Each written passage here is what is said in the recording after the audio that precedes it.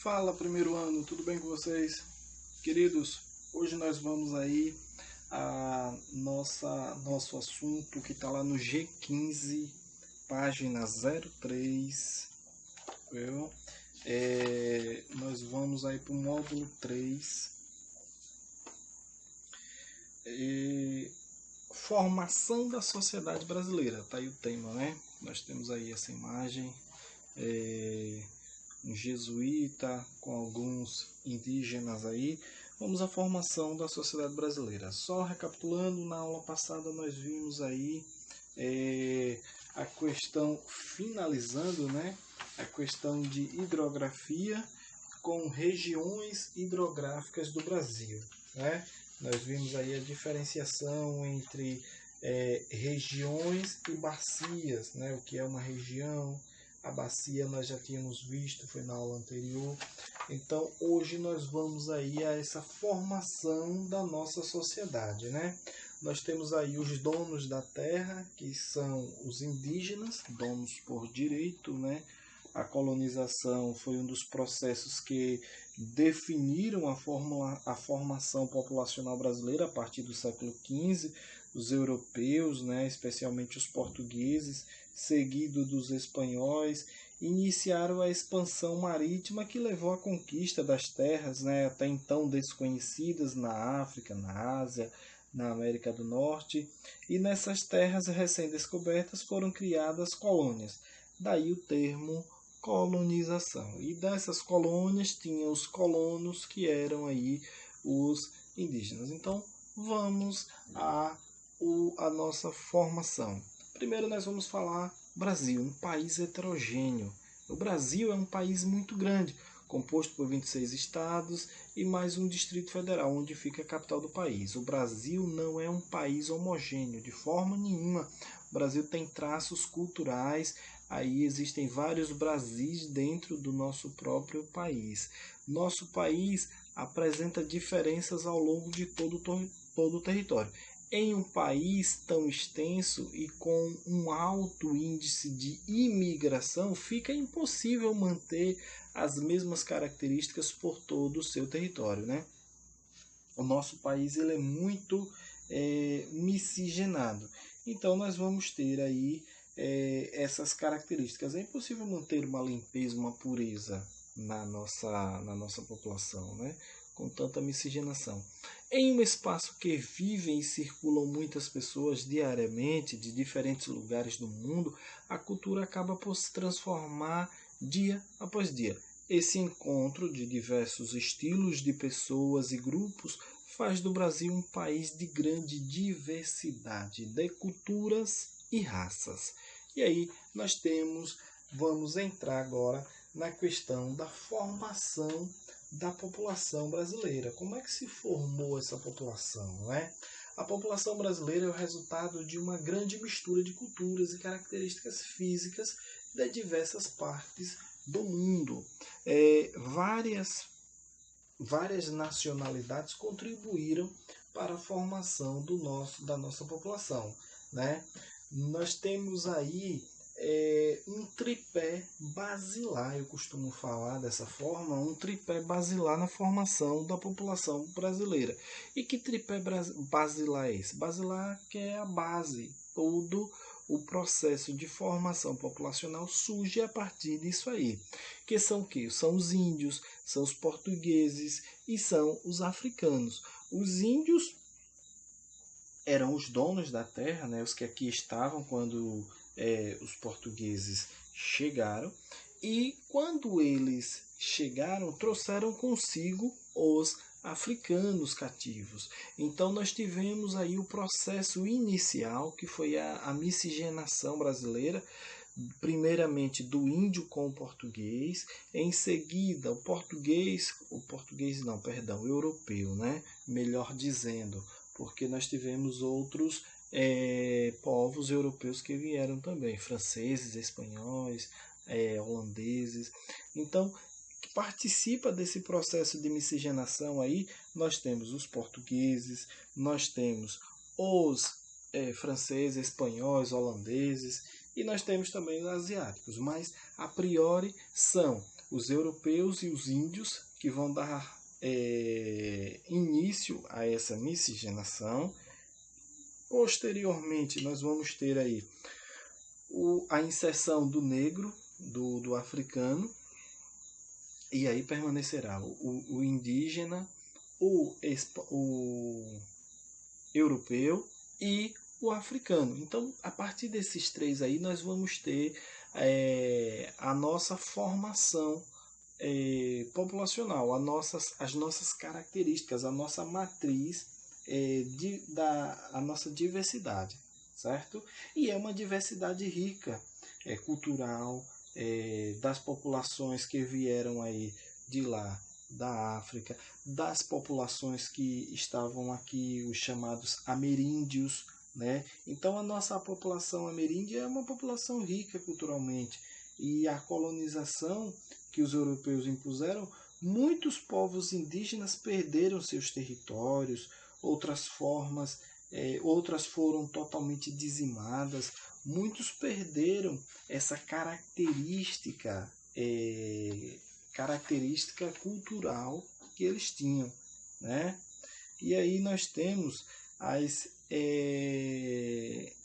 os índios portugueses, africanos, árabes, italianos, espanhóis, alemães, japoneses e outros muitos povos que ajudaram a formar a população brasileira, né? Nós tivemos um incremento desses outros povos também, mas em um outro momento. No momento inicial nós tivemos só os índios, os portugueses e os africanos, que é quem vai dar base, e depois nós vamos ter sim esses outros povos entrando no processo migratório aqui no nosso Brasil. Falta aí os holandeses, né?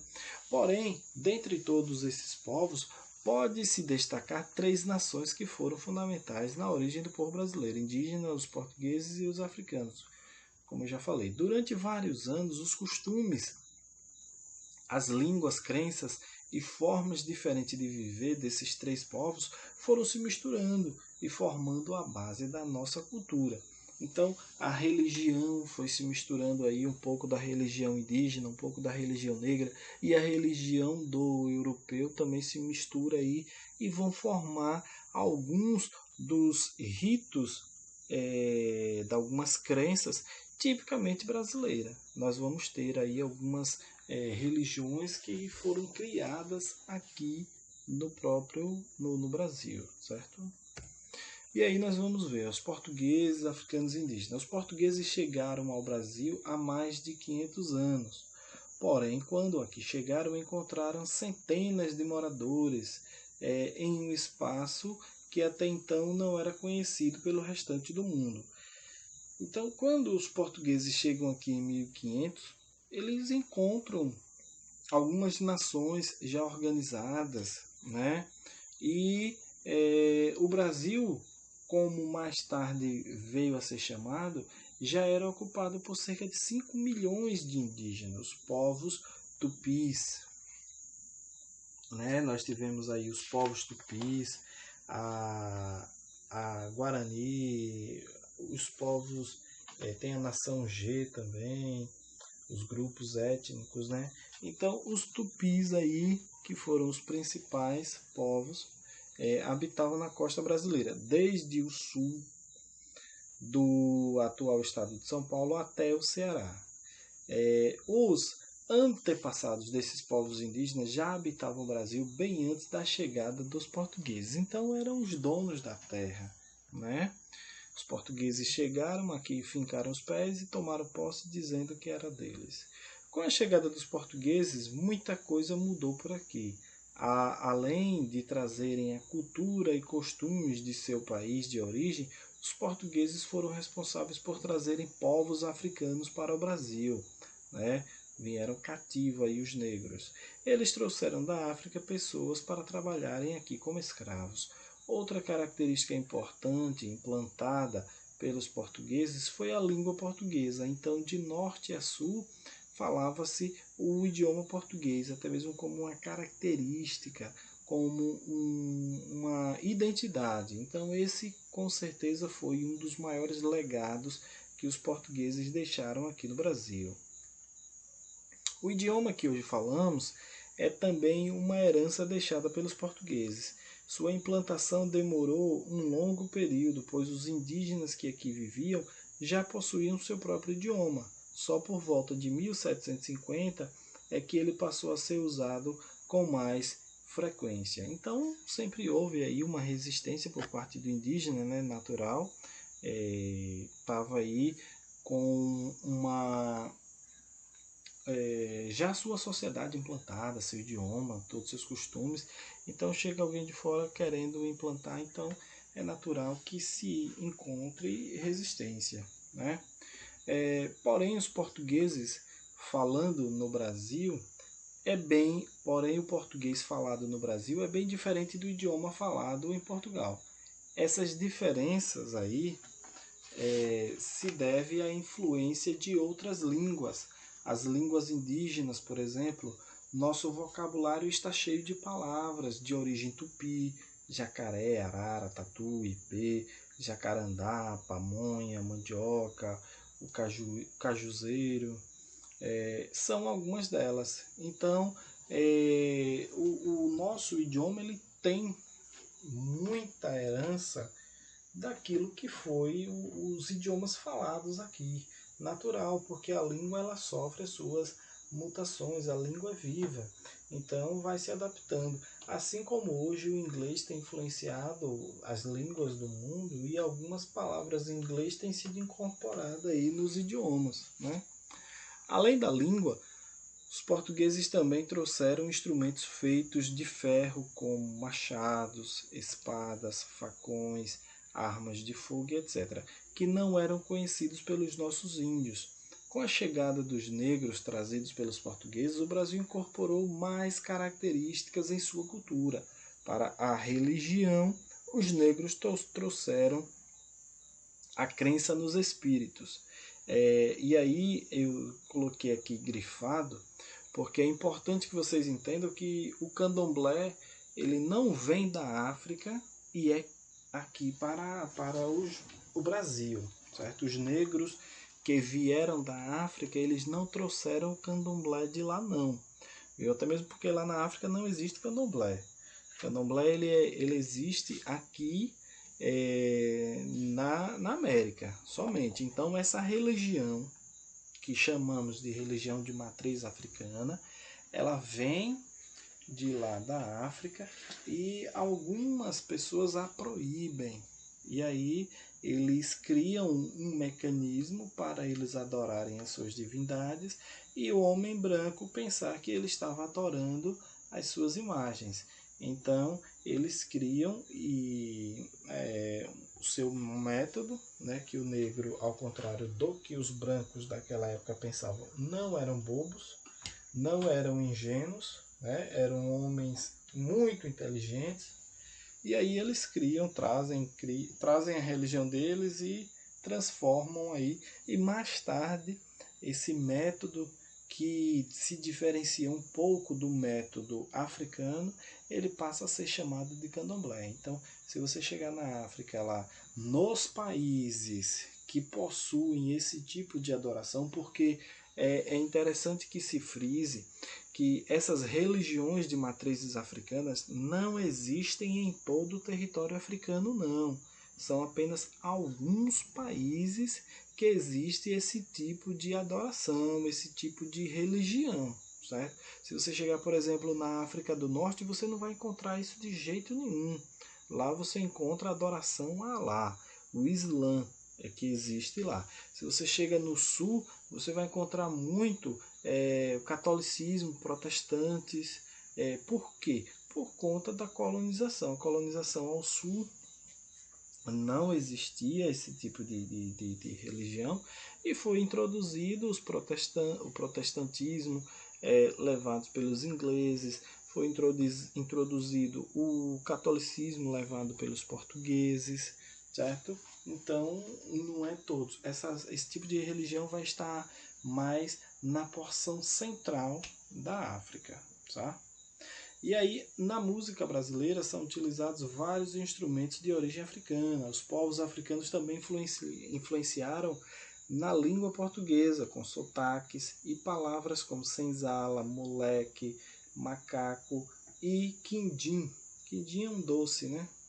Muitos brasileiros de origem negra também contribuíram para a formação da nossa cultura, como é o caso do escritor Machado de Assis, ok? E aí, pessoal, nós podemos observar que, mais uma vez, o idioma brasileiro vai sofrer mudanças aí com a incorporação desse novo elemento na cultura, que é o negro vindo da África. Então, a cultura matriz, a cultura que vai ser trazida e vai ser essa incorporada pelos portugueses, ela vai sofrer alteração como elemento indígena, como elemento negro. Então, cada um vai trazer aí a sua contribuição na formação, tanto na formação do povo, como na formação social e também no idioma, nos costumes, na cultura como um todo, tá ok?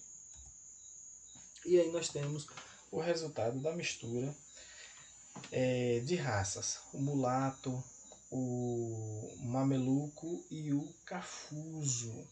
Então vamos lá, o que é isso aí, pessoal? Ó, como resultado da mistura desses três povos, surgiram mestiços, divididos em mulato, mameluco e cafuso.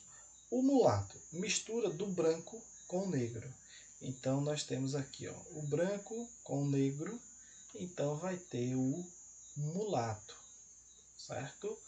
E aí nós temos o mameluco, mistura do índio com o branco. O índio com o branco, o mameluco. E a mistura do negro com o índio, ó, o negro com o índio vai ter o cafusos. Cafusos, certo?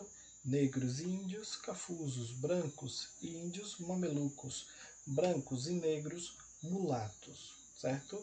Com o passar dos anos, com a chegada dos imigrantes de várias partes do mundo, a cultura e a raça brasileira sofreu mais transformações. E como consequências das relações entre índios, brancos e negros, o Brasil é formado pela miscigenação de raças, costumes e crenças. Então, graças a Deus que o Brasil é um dos países, se não o país, mais miscigenado no planeta, certo? A formação populacional do Brasil, ela tem aí uma miscigenação muito grande, certo? Graças a essas misturas aí que houve. Então não existe aqui no Brasil você dizer que tem você é branco, você é negro, você é índio. Não, todos têm um pouco de cada um. Não existe essa raça pura aqui no Brasil, né? Como, por exemplo, Hitler lá na Alemanha nazista, ele buscava lá o seu espaço vital, baseado na teoria de Hatzel e a pureza da raça ariana. Não existe aqui. A miscigenação da população brasileira. Essa mistura de povos que formam a população brasileira é denominada de miscigenação ou mestiçagem, certo? É o mestiço. Porém, esse processo de miscigenação não ocorreu de forma equilibrada em todas as partes do Brasil. No Nordeste, por exemplo, havia um maior número de escravos por causa dos engenhos, canaviais. Então, a relação entre negros e brancos foi maior que em outras partes do país.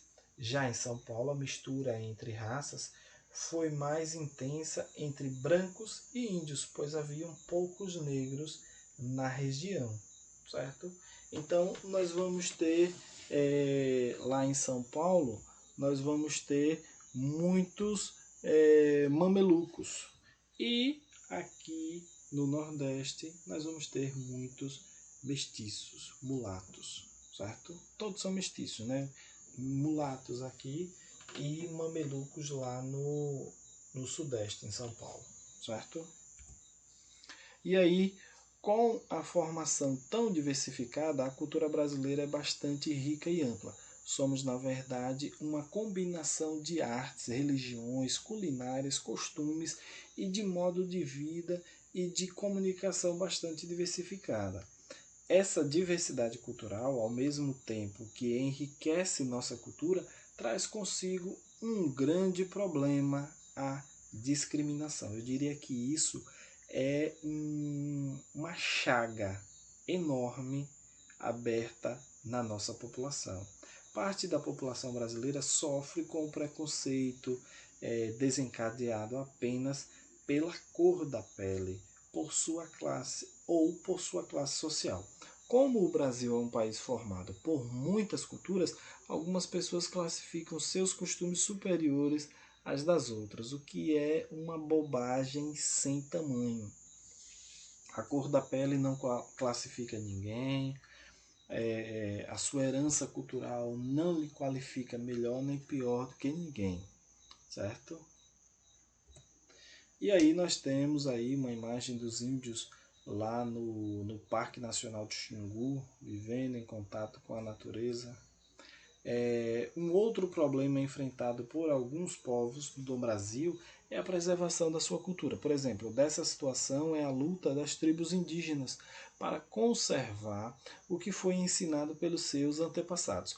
Para se ter uma ideia, por volta do ano 1500 haviam cerca de 5 milhões de indígenas no Brasil. Hoje esse número é um pouco maior que 550 mil. Então foi um verdadeiro massacre, né? Dizimado muito, muito, muito, muito. Para o Brasil chegar a ter 5 milhões de habitantes, demorou muito tempo, muito tempo. Então, quando chegou aqui já se tinha, né? Que é uma pena. Muitos são os fatores que fizeram e ainda fazem as tribos indígenas desaparecerem. Doenças, violência e a destruição das florestas local de moradia dos índios são alguns deles. Muitos índios buscam formas de manter sua cultura e maneira de viver, preservando sua identidade cultural para ser ensinada às futuras gerações. Então, esse aí é um problema muito grande, essa questão cultural, essa busca pela destruição dos índios, né? Povos tão sofridos, perseguidos, são os verdadeiros donos da terra, no entanto, o Estado brasileiro nega-lhes esse direito à terra e a manter sua cultura. Século XIX e XX, né? Para nós terminarmos, nós temos aí a chegada dos novos imigrantes. A partir do século XIX, o Brasil passou a receber novos imigrantes, vindos principalmente da Europa. Além dos índios africanos e portugueses, que formavam a população brasileira, outros estrangeiros passaram a compor nossa sociedade. Alemães, italianos, libaneses, japoneses, poloneses, ucranianos, sírios e coreanos, por exemplo, trouxeram com eles suas culturas para o Brasil. E aí eu gostaria de abrir um parêntese para falar dos libaneses. Aqui no Brasil, os libaneses que aqui chegaram, os descendentes dos libaneses, compõem um grupo de pessoas aqui, e se nós formos analisar, o grupo de libaneses e descendentes é maior do que a própria população que vive lá no Líbano. Então tem uma colônia de libaneses aqui muito importante, e é um país que contribuiu com a cultura brasileira, culinária, os seus hábitos alimentares, a sua cultura também veio a influenciar a cultura brasileira. Então, portanto, tem característica de outras vindas e de diversas partes do mundo. São diferentes povos formando uma grande nação. As áreas do sul do sudeste brasileiro são as que mais recebem imigrantes. No sul chegam alemães, poloneses, e no interior de São Paulo destacou-se com os italianos e japoneses. Então, isso vai ter uma influência na arquitetura, nas artes, na reprodução cultural, certo? Então, isso é muito bom, um incremento a nossa formação social. E aí nós temos, né, a cultura africana com a alimentação, a colônia japonesa se concentra principalmente no bairro da Liberdade, lá em São Paulo. São Paulo também concentra o maior número de italianos, descendentes principalmente no bairro do Brás, no Bexiga, na Moca, no bairro da Moca. Entre esses diversos povos que já estão aqui, né? Então são povos que merecem todo o nosso respeito e que estão aqui para contribuir com a população. Então nós temos aí a cidade brasileira de Curitiba, no Paraná, é considerada a capital nacional da colônia polonesa, certo? Observa aí a arquitetura, que diferente. Isso aqui é no Brasil. Ela tem a maior população polonesa e seus descendentes no Brasil. Os poloneses estão localizados principalmente em bairros como Pilarzinho, Santa Cândida e Orleans. Já as cidades de Blumenau, em Santa Catarina, e Gramado, no Rio Grande do Sul, abrigam povos de origem alemã. E isso pode ser percebido nas festas típicas, no Oktoberfest, né? Festa de outubro, que acontecem nas cidades, nas construções ou na preservação da língua em alguns povoados, certo? Então nós temos aí esses povos que enriquecem a cultura. Então nós temos aí as diferentes raças com a chegada de tantos povos ao Brasil, trazendo inúmeras riquezas culturais, formaram o povo brasileiro na comida, na dança, na música, na literatura, na arquitetura e nas festas e tradições populares. Podemos perceber a presença das culturas estrangeiras incorporadas à brasileira.